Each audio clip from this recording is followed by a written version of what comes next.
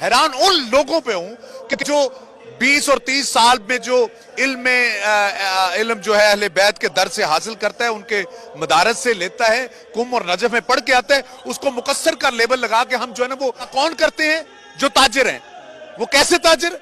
जो पापड़ बेचने वाला, जो पहले पापड़ बेचता था आज दीन बेच रहा है, कल वो पान बेचता था आज दीन बेच रहा है, कल पान को चूना लगाता था आज दीन को चूना लगा रहा है। और आप देखें कि कितना बड़ा नुकसान वो करके गया। यहां से मैंने 2 माह 3 माह पहले कह दिया था, उंगलियां रख रख के कहा कि ये हमारी कौम के लिए नासूर हैं, और ये इतने खतरनाक नासूर हैं कि हुसैनियत के लबादे में ये यजीदियत का किरदार अदा कर रहे हैं।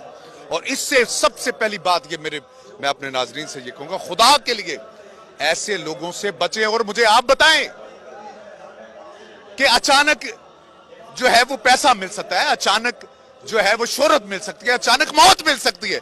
ये अचानक इल्म कैसे मिल सकता है? बगैर मदरसे में पढ़े, बगैर जो है वो भाई एक थिएटर में काम करते करते वो उसने मेंबर को भी थिएटर बना दिया। ये क्या हो रहा है? ये अब तुम्हें सोचना पड़ेगा, वरना तुम्हें आज आसिफ अलवी ने 30 कत्ल करवाए हैं ना, पाकिस्तान में शहीद करवाए हैं ना, बर्बाद किए हैं ना घर इसने, और कहां है खुद अयाशियां कर रहा है। गैर जिम्मेदाराना लोगों को मिंबर पे बिठाना, इस बात को सोचो, समझो ये बात कि एक बंदा 40 साल कुम नजफ में लगाता है, वो मुकस्सर। कैसा प्रोपेगेंडा है ये यजीद के दौर का?